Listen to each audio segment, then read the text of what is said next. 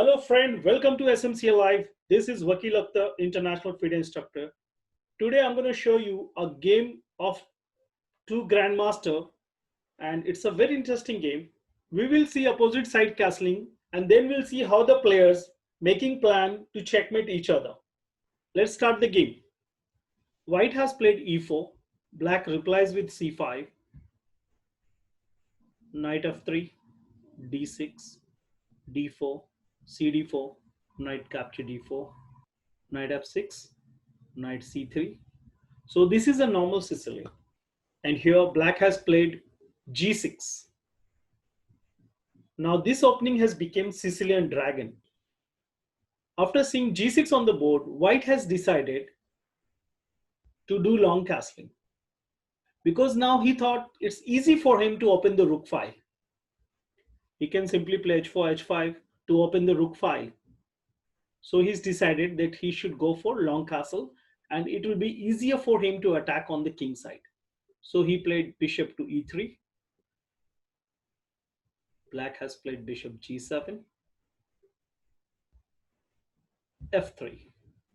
So f3 is the beginning of Yugoslav attack.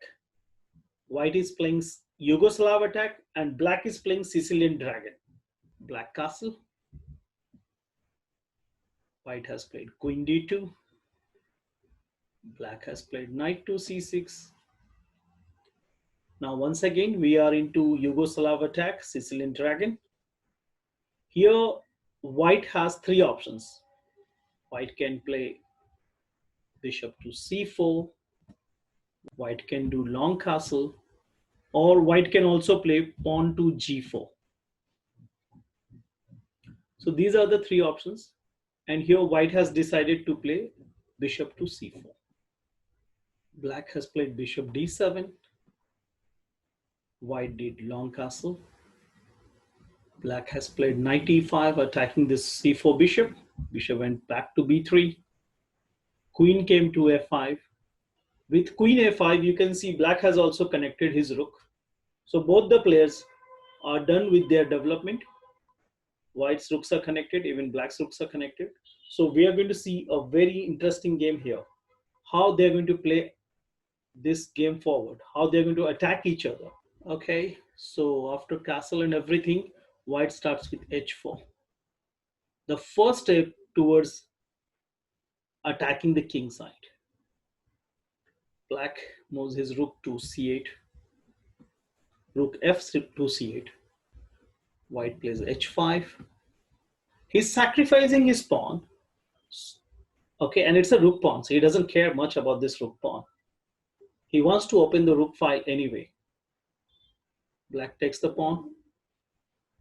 g4. Knight f6. And white has played bishop s6. Black took it. White captured with the queen. Okay, so white was aiming for this only. He's got his rook file open. His queen is on h file. His rook is on h file. He's just a couple of moves away from giving checkmate. So we'll see now where white will be able to give checkmate, or it's black who will get some counter attack on the queen side. Okay, now my question to you is, after queen h6, as we all can see, white is attacking h7 with the queen, with the rook, and there's only knight who is defending it. Knight and king, of course. So what are the options for white here to get rid of this knight? Fine. If your answer is g5 is one of the move which can chase this knight away from here, okay, I do agree with you. But the main move is knight to d5. This is the move which actually black is afraid of. Knight e5 has couple of threats. Knight capture e7 check. You can see the same knight can go to e7 with the check, or this knight can also capture f6 with the check. So knight d5 is the move which black is afraid of. So what should he do now? Should he block g5, or should he do something to protect knight d5? So here black has decided to sacrifice his rook just not to allow the knight to d5. Rook captures c3. White captured with the b pawn. Now black captured with the queen. After queen captures c3, black has queen a1 check. Queen a1 check is coming. So white has played king to b1, not to allow queen a1 check here. Okay, now again black is in trouble. I mean, not in trouble, but it's look like that white is going for the attack. He has g5 on the board. So what should black do? So here, instead of making some prophylactic moves, black has played a very good move. He got his last piece, which is on a8 to c8, to join the attack. When I ask this question to many of my students, what should black do here? Many of my students have suggested me to play move like e6. Why? In future, if queen capture s7 comes, so then they can run with the king f8 and e7.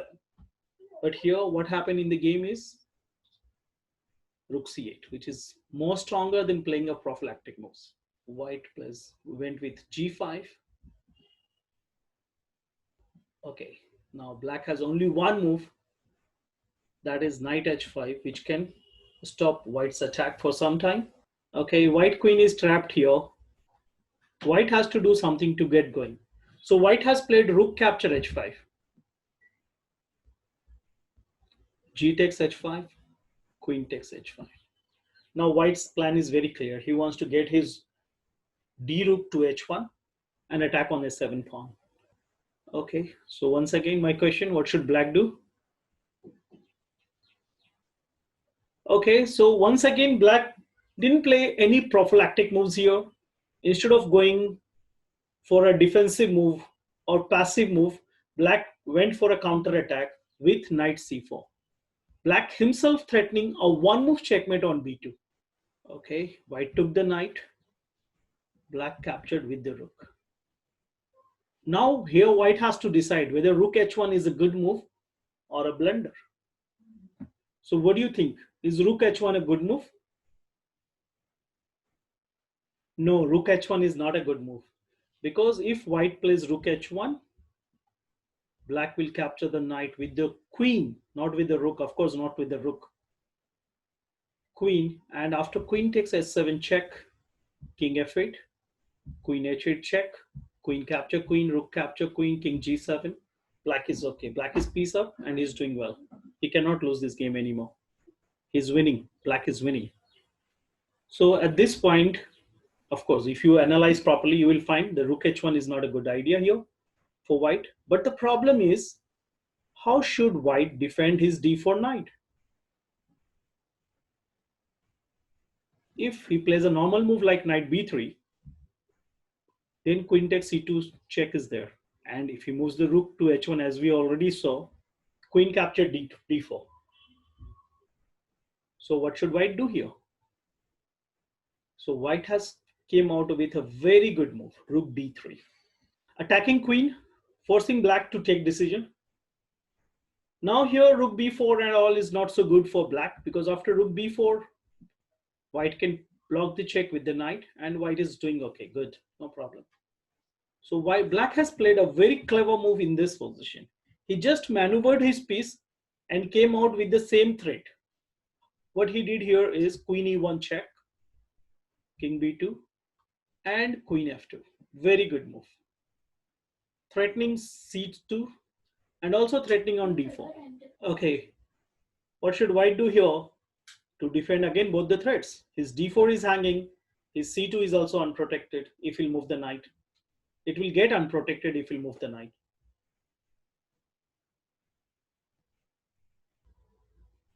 Okay, so white has decided to go for a counter attack.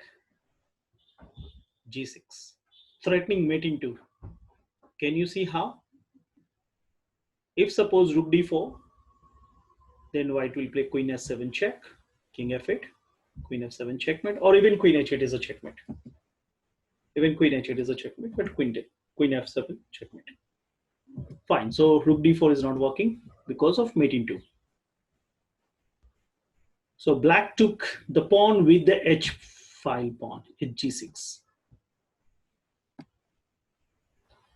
fg6 is blunder here. If fg6 comes, then queen d5 check, winning for white. So black plays the correct move, h capture g6. White has played queen d5, attacking rook, defending his knight. What do you think black should do?